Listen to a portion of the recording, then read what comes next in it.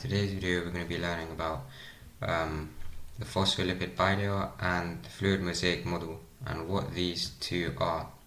So let's just get straight into it. So the phospholipid bilayer, well, if you look at this, it has an extracellular and intracellular. This may be thinking what these sort of spherical balls are on top of the tail, and this is the phospholipid head. Now, the phospholipid head consists of a glycoprotein which is bonded to a phosphate group. This phosphate group is what makes this phospholipid head polar and attract water. So in this case we call it hydrophilic. Hydrophilic means attract water. That means that the phospholipid tail is hydrophobic. So hydrophobic tail means the opposite of attracting, so repels water. So by knowing these two things, that hydrophilic means attract water and hydrophobic tail means repel water, if we put this phospholipid bilayer in water, this is what would happen, and you can see clearly that these tails come towards at the center. So tails of phospholipid point, and you would use this terminology, point inwards, and this actually what it does, we will look at this in a minute. If it points inwards, this means that sugar dissolved substances cannot dissolve through the membrane, and we're going to look at that right now. So overall, the phospholipid bilayer is polar, so it has an uneven charge. So polar, anything polar means uneven, has an uneven distribution of electrons, and an example would be water. And non-polar just means the opposite, it has an even distribution of electrons. So right now, if we were to move these around,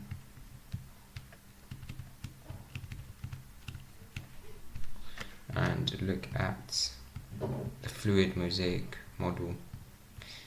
So the fluid mosaic model is,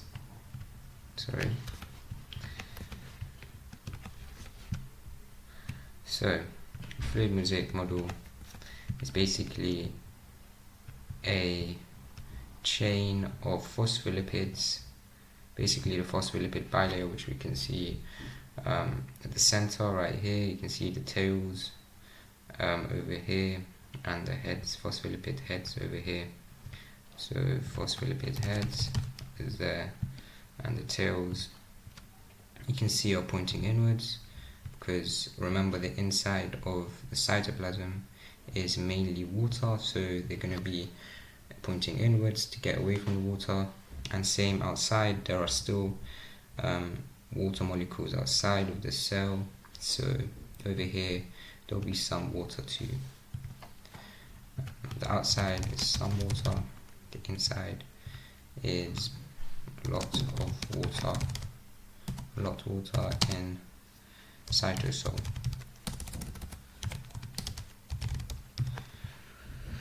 So now next we're going to look at the actual components of the cell membrane and why it's called the fluid mosaic model. So first of all, why it's called the fluid mosaic model? Well, fluid just basically means something that is continuously moving.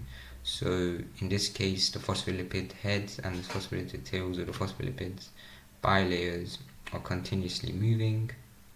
So you can say bilayer is continuously moving.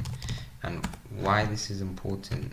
Well, this is important because it gives, this is important because it gives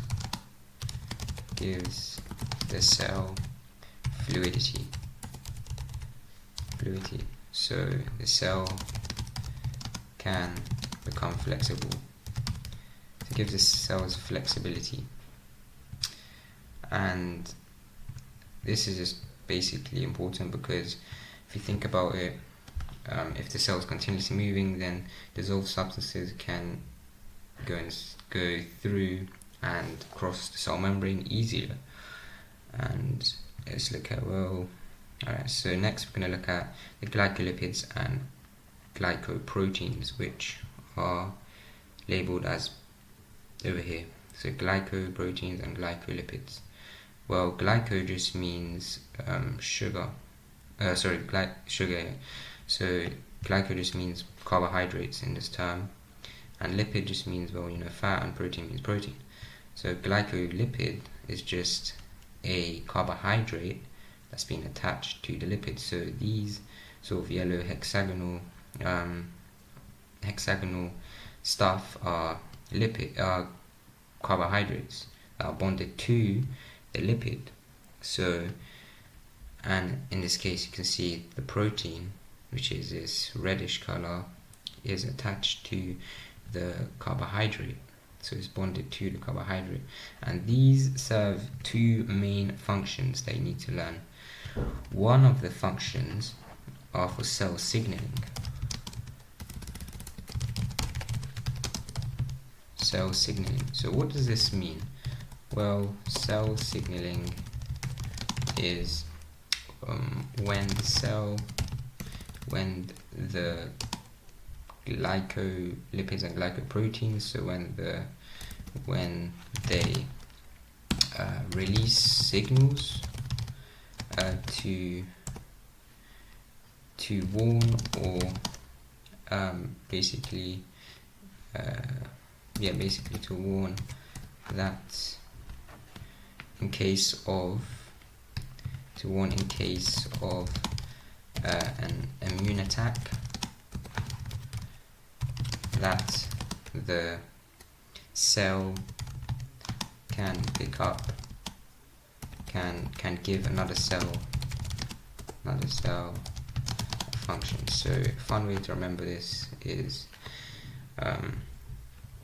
you can think of it as sort of like a radio pole or interpole that sends signals to tell other people, hey, don't do this, or sort of fight back, or so yeah, you can think of them as sort of radio pole stations pointing out the cell membrane that just send signals. And the second function is that they are used for cell identification. Now this is really important because it allows, or it basically signals to other cells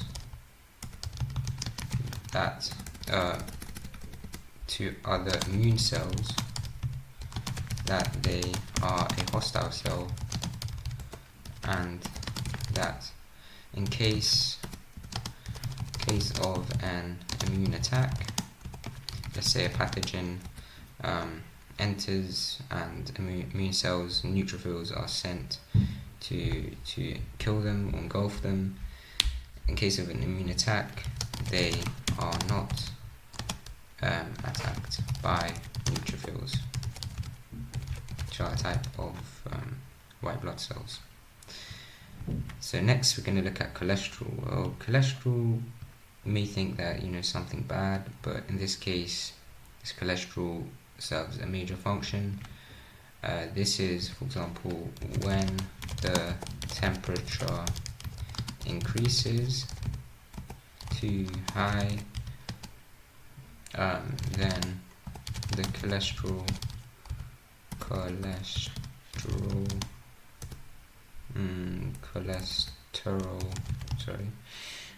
will hold the phospholipids together to prevent them becoming too fluid. So if you can imagine these phospholipids here, which I'm gonna draw here.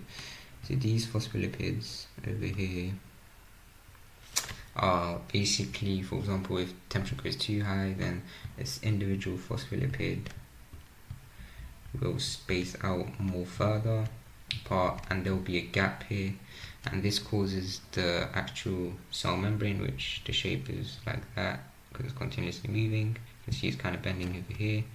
It's going to become more fluid, sort of like that, and that's not good, because if the cell membrane is too fluid, then it becomes less permeable, and when it becomes less permeable, this means more unwanted substances can diffuse into the cell, and this is not what we want. So the cholesterol basically says, hey, there's a gap here, let me just close it.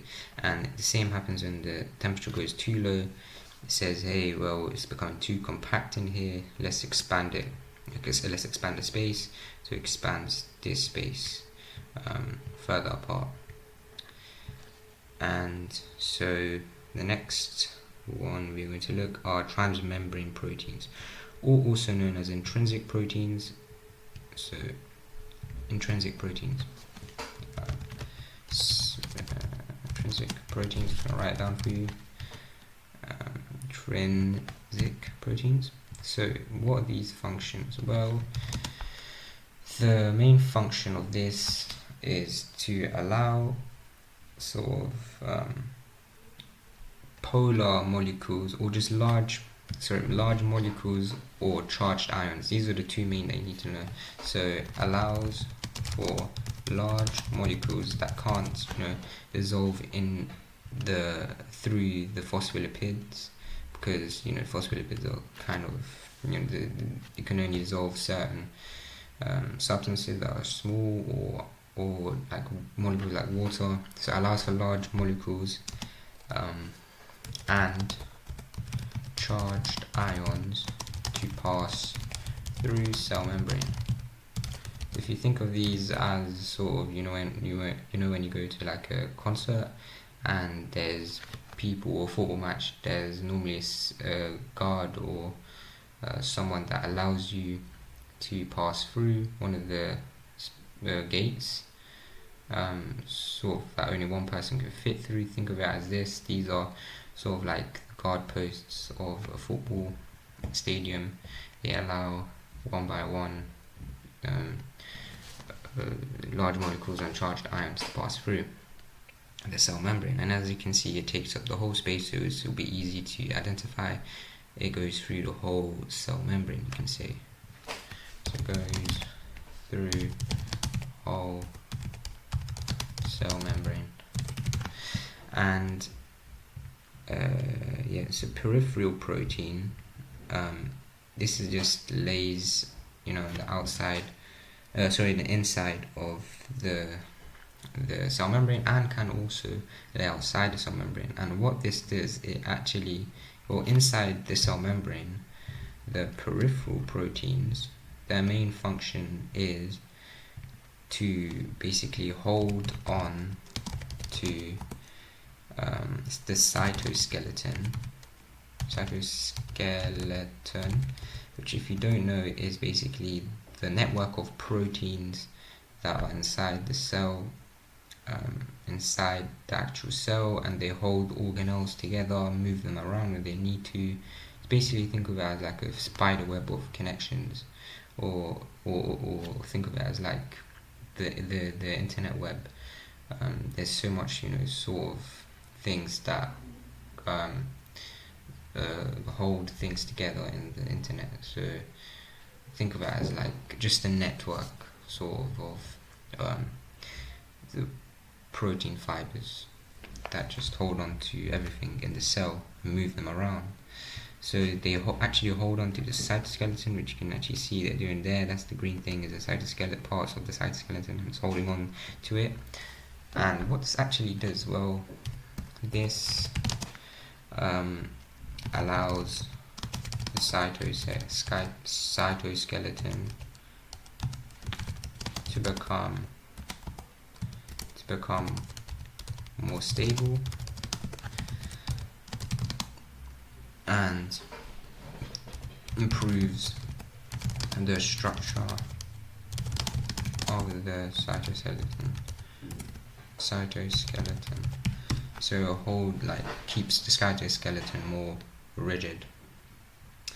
And yeah, as you can see over here, filaments of cytoskeleton and the cytoplasm here, and it's pretty much it. And the extracellular fluid is literally just, it can be any fluid.